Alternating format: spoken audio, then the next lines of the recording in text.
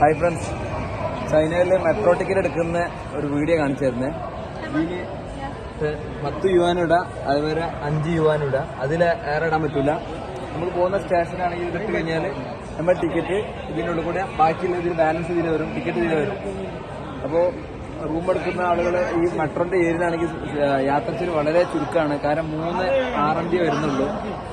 ടാക്സിയാണ് 200 RMB ആണ് ചോദിച്ചത്. ഇതിലേക്ക് 3 RMB വരുന്നുള്ളൂ. അപ്പോൾ ചെലവ് ചുരുങ്ങിയ രീതിയിൽ നമുക്ക് യാത്ര ചെയ്യാൻ പറ്റിയ ഒരു സിമ്പിൾ ഏരിയ. ഓക്കെ, പൈസ ഇടുന്നുണ്ട്.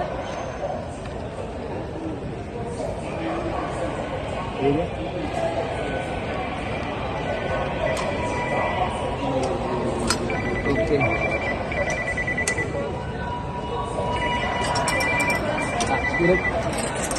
കോയിന് വന്ന്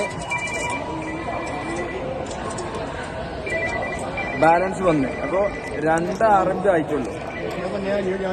ഓക്കെ,